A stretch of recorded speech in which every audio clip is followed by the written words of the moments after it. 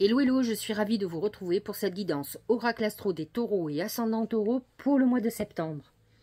La saison de la Vierge est toujours une très belle saison pour vous. Pourquoi? Parce que la Vierge est un signe de terre comme vous. Donc, les planètes en Vierge vont être très harmonieuses. Et cerise sur le gâteau, la Vierge est positionnée dans votre maison 5. Cette maison 5, c'est la maison des plaisirs, de la créativité, de tout ce qui est artistique.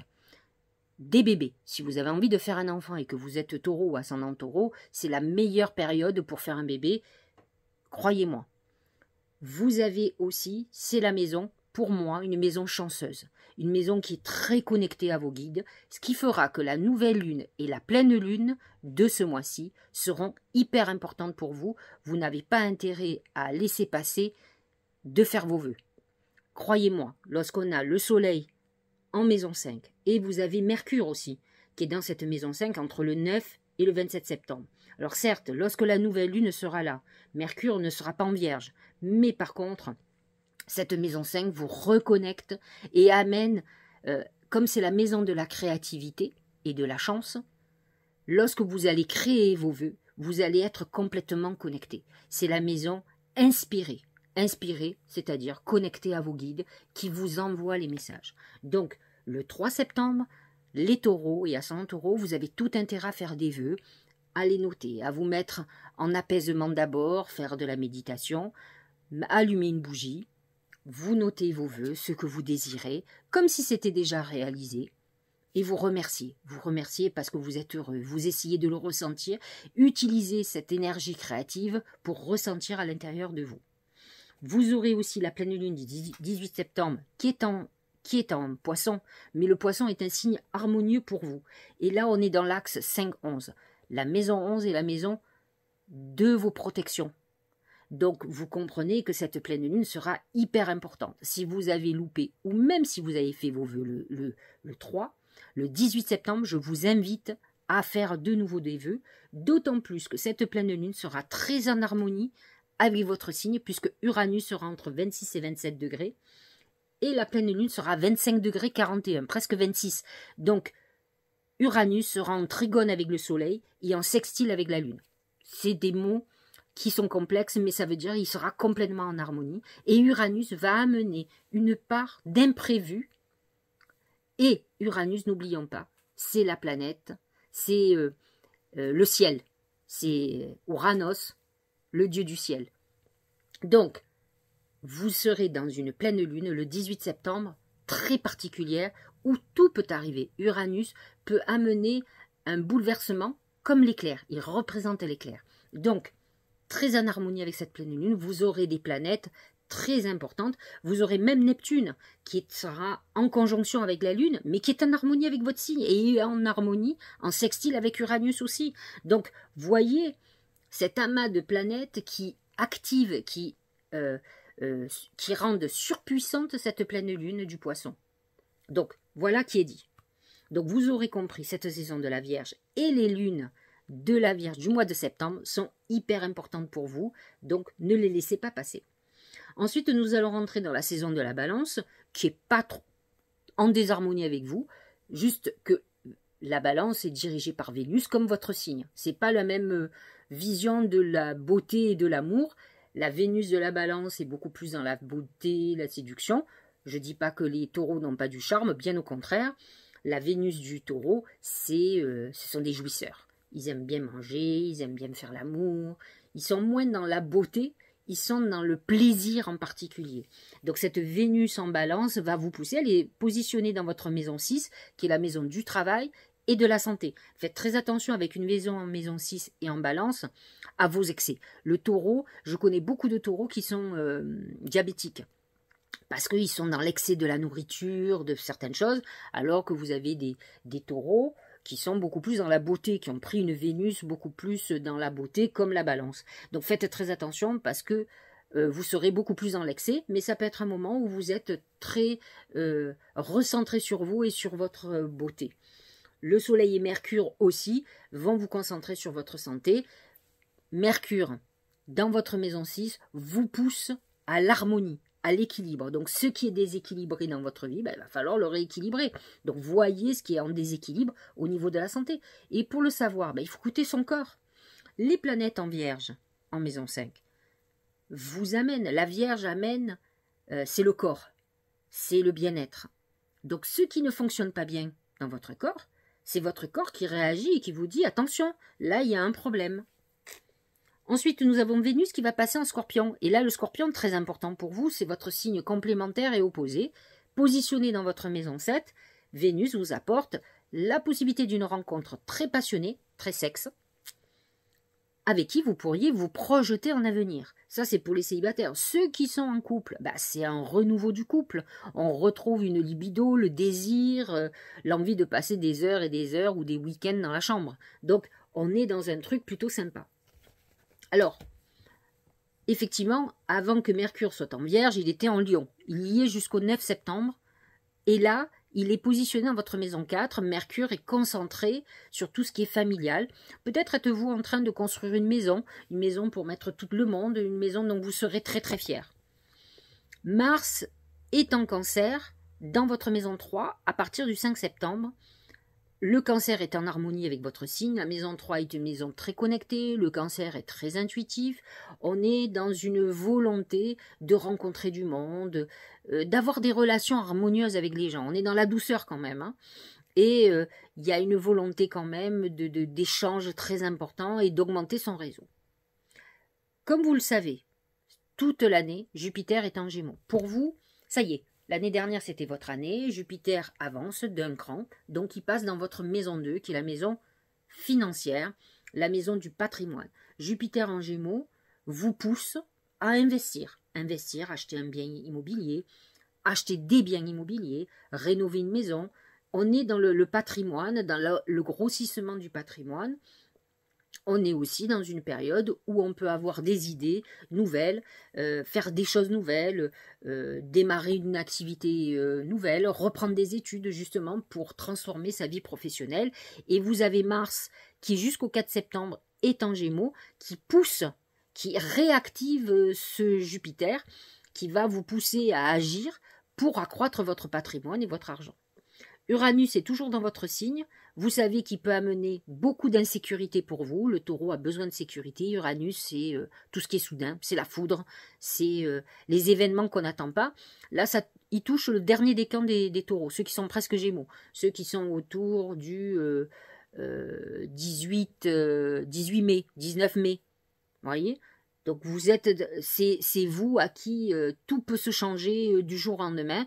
Il peut y avoir des événements, positif comme négatif, mais qui change la donne. Uranus, il ne vous change pas un petit truc. Il bouleverse votre vie. Le taureau a tendance à rentrer dans un confort, que ce soit professionnel ou autre, même ça ne lui convient pas trop, il est en sécurité, et Uranus peut chambouler ce confort en vous disant, voilà, il faut avancer. La plupart du temps, les gens rouspètent. Voilà, j'ai un boulot, ouais, mais je m'ennuie, ça ne me plaît plus. Il y a 20 ans qu'ils sont dans le même boulot. Il n'y a qu'en France que c'est comme ça. Mais ils ont envie de changer, mais ils ont peur. La peur les freine. Uranus, il n'y a pas de peur qui tienne. C'est-à-dire qu'il va vous mettre face à vous-même. Quand vous n'aimez plus les choses, il faut les changer. C'est aller dans cette énergie que vous avez au fond de vous. C'est comme un guide qui vous dit, voilà, tu arrives au bout de l'histoire. N'attendez pas, parce que si vous ne changez pas les choses, l'univers va s'en mêler. Et ça ne sera pas comme vous voulez. C'est-à-dire qu'il ne vous laissera pas le temps de chercher un autre boulot. Il va vous mettre au chômage du jour au lendemain. Et là, vous allez être face à quelque chose. J'ai beaucoup de gens autour de moi qui sont restés des années dans un boulot, qu'ils n'aimaient pas plus que ça, mais qui étaient dans un confort. Et le jour au lendemain, on leur a dit, voilà, c'est terminé. Licenciement. Poste supprimé. La nana a 20 ans, 25 ans qui est dans la même boîte. Hein. Ça fait dur, hein. Donc, négociation, etc. Et là, la peur. Se dire, mais qu'est-ce que je vais faire à 50 balais, presque 60 ans.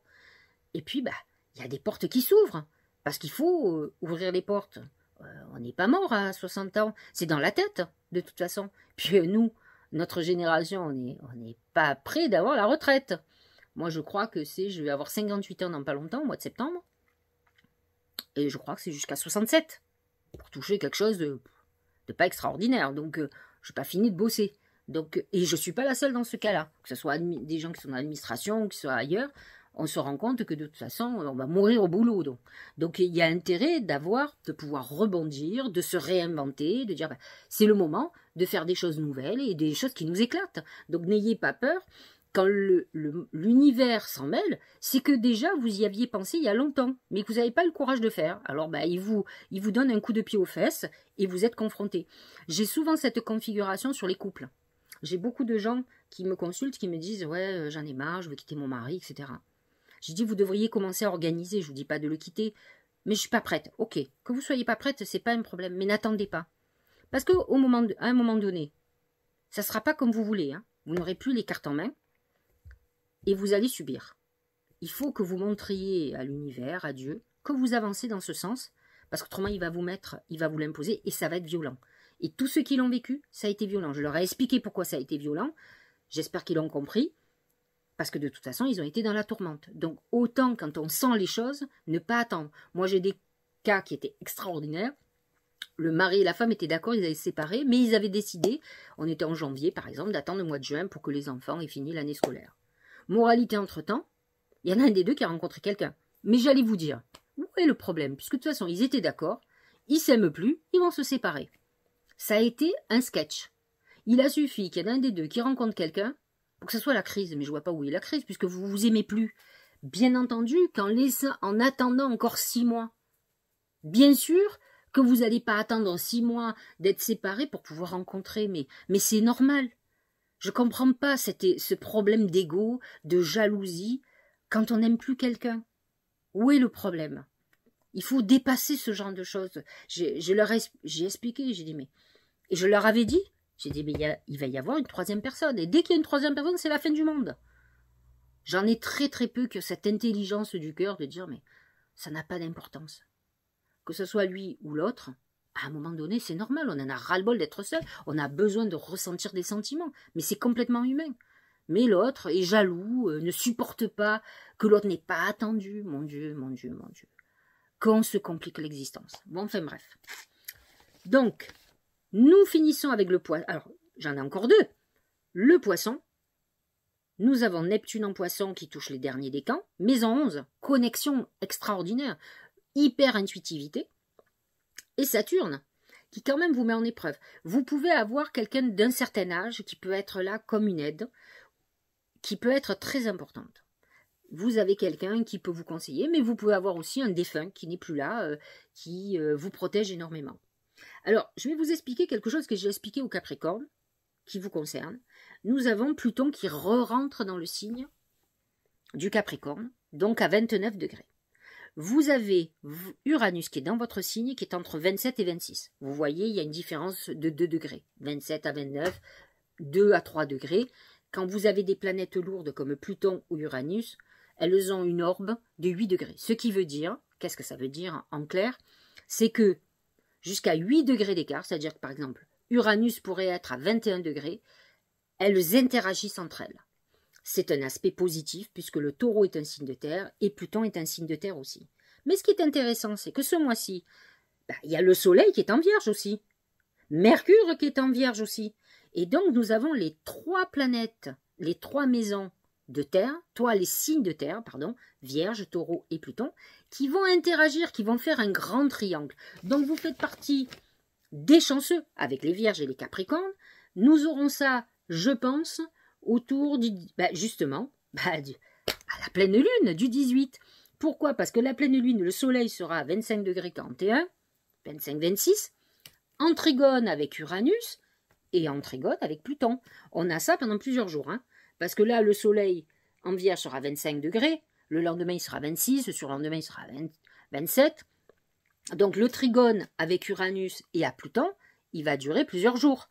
Donc on a quand même 4-5 jours d'influence et on l'aura un petit peu avant, mais son apogée va être quand même la pleine lune du 18. Regardez ce qui va se passer pour vous. Vous serez dans une période de rayonnement extraordinaire qui va réunir tous les signes de terre. Donc les signes de terre, en principe, vous apportent tout ce qui est financier, c'est lié au corps, à tout ça, mais surtout à tout ce qui est matériel. Donc vous êtes dans une période où il peut tout se passer.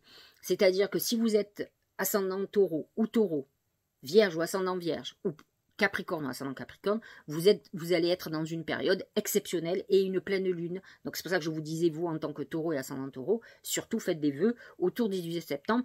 Et Dieu sait si à cette époque-là, il y aura d'autres aspects négatifs. mais vous aurez ce grand triangle qui va vous protéger, qui sera extraordinaire. Donc, ce Pluton va apporter à votre moulin des bouleversements très importants de tout ça. Alors, Pluton est en maison 9, maison de la spiritualité et de toutes les opportunités. Donc, en fait, vous avez quelque chose dans votre vie qui s'est clôturé ou qui est en train de se clôturer et qui va amener un renouveau total. Uranus est dans votre maison 1, bien sûr, et la Vierge dans la maison 5, qui amène un côté créatif, artistique, amoureux pour certains taureaux et ascendants taureaux aussi. Une relation qui se termine et une vraie belle histoire amoureuse. Mais pour d'autres, ça va être quelque chose de créatif. Mais on n'est pas obligatoirement artiste. On peut avoir des idées extraordinaires. Et donc, avec Uranus dans votre maison 1, vous allez être hyper créatif, hyper connecté. Donc, voyez la perspective autour du 18 septembre et les jours qui vont suivre, l'opportunité qui va se présenter à vous. Soyez très vigilants. Moi, j'aime bien. Honnêtement, je vais essayer de le créer, de faire le truc du mois. Parce que quand vous voyez les lunes, vous allez apprendre comment vous fonctionnez, comment ça va aller. Je veux dire, ces plannings-là vont vous aider à comprendre la réaction entre vous et l'univers. Parce qu'il faut noter les événements qui se sont passés, positifs ou négatifs, et comprendre comment ça se passe. Allez, nous allons regarder les oracles. C'est la tortue. La tortue, c'est deux choses. Ce mois-ci, donc il y a une notion quand même de lenteur, hein, on est d'accord, peut-être même d'épreuve pour certains. Alors, vous avez compris, il y a des très très bons aspects, mais vous pouvez aussi avoir, par exemple, avec cette passage en balance, qui est dans la maison 6, qui peut amener quelques épreuves au niveau du travail. On voit bien qu'il y a quelque chose qui se clôture, et donc ça dépend où vous en êtes dans votre vie. J'ai beaucoup de taureaux qui ont vécu des épreuves terribles, surtout les taureaux du mois d'avril.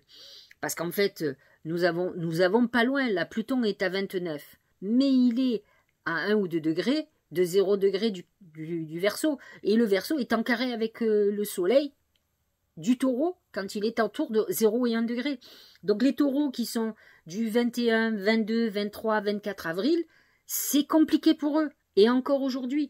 Donc ils savent qu'il y a quelque chose qui se termine, ils ne pourront plus fonctionner de la même manière, il va falloir qu'ils se réinventent. Alors c'est vrai que quand il va y avoir le grand triangle, ça va être parfait, mais vous pouvez sentir que depuis un moment, c'est lent.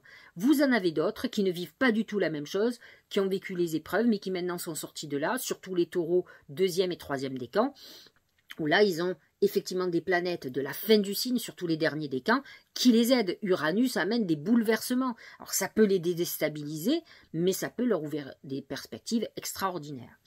La tortue, n'oublions pas, indépendamment qu'elle peut amener d'une période de dépression, d'introspection, de lenteur, où on voit qu'il y a des obstacles sur notre route, elle amène aussi une période où on va déménager. Donc certains taureaux et ascendants taureaux sont dans la configuration d'un achat immobilier, d'une vente, d'une rénovation, du changement du lieu où on vit et du déménagement, comme la possibilité d'être muté, de partir ailleurs. Au niveau professionnel et financier, c'est la balance. La balance vous parle de justice, donc peut-être êtes-vous de ces taureaux qui ont eu des problèmes de justice, et la tortue montre que vous êtes encore dans la peine, que c'est encore compliqué. Vous pouvez avoir une procédure. Si vous l'avez merveilleusement autour du 18, il y a des chances que vous soyez gagnant, que ça soit. Il peut y avoir eu un déséquilibre à cause d'un problème juridique, à cause d'un problème fiscal ou tout autre qui a déstabilisé votre vie professionnelle et financière. Là, l'objectif, c'est de retrouver un juste équilibre et c'est ce qui va se passer sur ce mois de septembre. On peut avoir la conclusion d'un problème juridique qui peut être à votre avantage, comme on peut arriver à rééquilibrer, à avoir de la créativité, à rebondir, à créer quelque chose de nouveau. Au niveau sentimental, c'est la main de Fatma. La main de Fatma représente la protection. J'ai envie de vous dire qu'on a l'impression que le destin va se mêler de votre vie. Vous pouvez être dans une relation amoureuse qui est un peu compliquée, mais j'ai envie de vous dire, le bateau ne va pas couler, la main de Fatma protège votre couple, comme vous pouvez être célibataire depuis un certain temps, et que là, les portes s'ouvrent, que vous ayez une rencontre extraordinaire qui arrive. Au niveau santé, c'est l'ange, c'est une belle protection. Quelle que soit la problématique, vous avez l'ange, ça veut dire qu'il y a des messages de protection, vous avez vos guides qui vous accompagnent, parlez avec eux. N'hésitez pas à le faire. Quand on a des planètes en maison 5, en maison 9, il faut communiquer. En maison 11, en poisson, qui est hyper connecté, vous devez discuter avec vos guides, leur demander de l'aide, qui vous montrent la voie, pas où vous voulez aller, où eux doivent vous amener pour que ça soit meilleur pour vous. En tout cas, au niveau santé, même si vous avez eu un moment de déprime, vous allez vous en sortir. Si vous avez quelques soucis de santé, l'issue est très favorable, vous avez une protection. Il y a eu la main de Fatma et vous avez l'ange. Alors j'ai demandé à mes guides comment la chance allait se manifester ce mois-ci et j'ai le cheval. Le cheval représente la liberté et la passion. En fait, je pense que vous allez être libéré de quelque chose qui vous bloque depuis un certain temps. Donc cette nouvelle liberté, cette libération de quelque chose va vous permettre que de nouvelles perspectives de vie, de nouvelles possibilités s'ouvrent à vous et qu'en fait, quel que soit le domaine, tout va aller beaucoup mieux pour vous. Regardez ce que dit le Tao. Le travail sur ce qui a été corrompu. Guérison, réparation. C'est exactement ce que tu es en train de dire. Libération veut dire aussi guérison. Correction des erreurs passées. Épuration de la corruption. Pluton épure. On est dans un nettoyage. Restauration de l'équilibre. C'est ce qu'on disait tout à l'heure. Il y avait la justice. Je vous ai dit, il y a eu un déséquilibre à un moment donné, plutôt professionnel ou financier. Et là, on est en train de rétablir l'équilibre. Action responsable. Vous voyez à quel point ce mois-ci, vous avez... que ce soit par les oracles qui vous le disent ou que ce soit par le ciel, ils sont très en accord, ils vous disent il y a quelque chose qui va se régler, on va retrouver un équilibre, on va retrouver l'harmonie. Ça se fait progressivement, je ne vous dis pas qu'il y a une rapidité, on a la tortue, les choses se font progressivement, mais l'essentiel c'est qu'elles avancent. Le plongeon. Courage et lancez-vous, une réalité pleine de promesses vous attend. Ça c'est Uranus dans votre signe. Lancez-vous, n'ayez pas peur, arrêtez de vous accrocher à ce que vous connaissez parce que ça vous empêche d'évoluer. Les secrets de l'amitié. Entouré d'amis, vous rayonnez la joie qui nourrit la réalisation des désirs. J'ai envie de vous dire que quand on a été en épreuve, croyez-moi, on n'a pas grand monde à côté de soi. Et là, quand vous voyez qu'il y a des gens qui vous tendent la main, qui pensent à vous, qui manifestent leur amitié et leur affection, ça vous remplit de joie. Et vous voyez où sont vos amis, où sont les gens qui vous aiment profondément, qui ne vous jugent pas. Et donc, c'est ça les secrets d'amitié. On est c'est la maison 11, hein, c'est le poisson, c'est à la fois les trahisons de gens, mais aussi les gens qui sortent du lot et qui vous montrent, qui sont présents, qui vous aideront, qui vous tendent la main. Voilà, j'espère que cette guidance vous aura éclairé, illuminé, parce que vous allez avoir un mois très important. Je vous embrasse et je vous dis au mois prochain.